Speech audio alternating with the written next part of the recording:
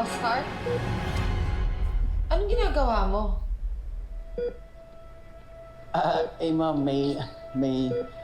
may pinahanap kasi si Sir Paulo sa akin. Hindi kasi siya makalis na mansyon, nagre-ready sila ng event. Anong pinapahanap niya? Yung credit card case po niya, nawawala daw po kasi. Baka daw kasi naiwan niya dito at nilagay niyo sa mga gamit ni Jobert.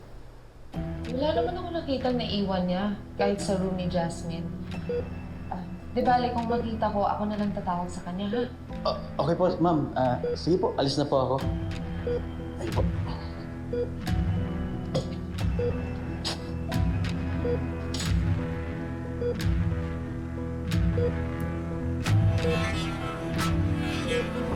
Nasaan ba yung lipstick ko? Saan ba yung lipstick na yun? Hey. Thea. What's the problem?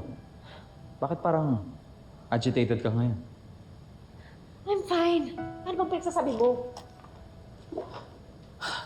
Han. I know you. I know when something's bothering you. So tell me, ano yan? Sir, hinanap ko yung cellphone sa mesa.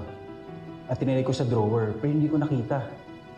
E di sana hinanap mo sa buong kwarto.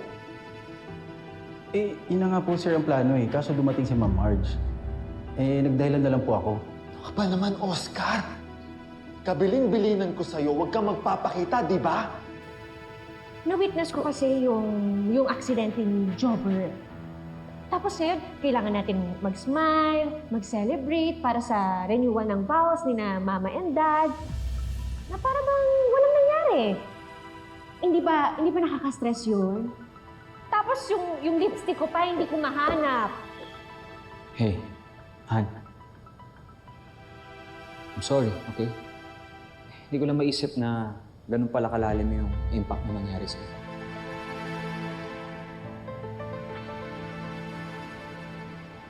Baba mo na ako. Baka nasa kotse lang yung lipstick.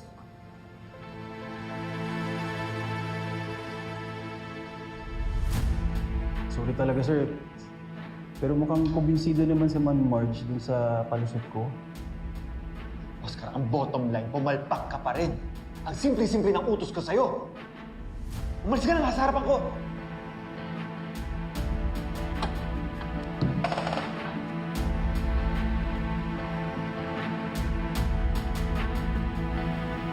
Marag ikulbaan si Oscar kanina nung nakita na ako siya. Ayaw ko ng pagdudahan. Pero malakas talaga ang kutob ko na hindi siya nagsasabi ng totoo sa akin. Sa imo muna-una, naaba siya laing rason na nung naghalongkat siya.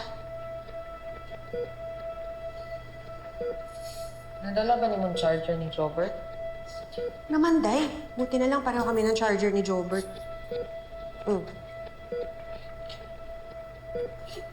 Salamat, ha.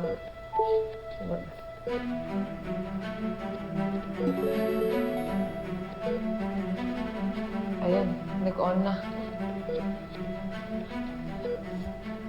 Jobert, sabi sa akin ng Kuya Edward mo, malapit na daw mahanap si Mama. Ito, dinala niya yung cellphone mo.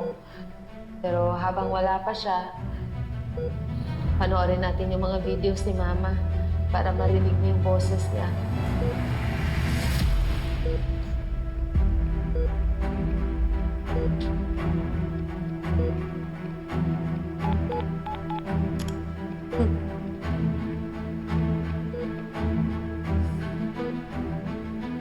Aww, ang cute naman ni Ashley tsaka ni Jobert.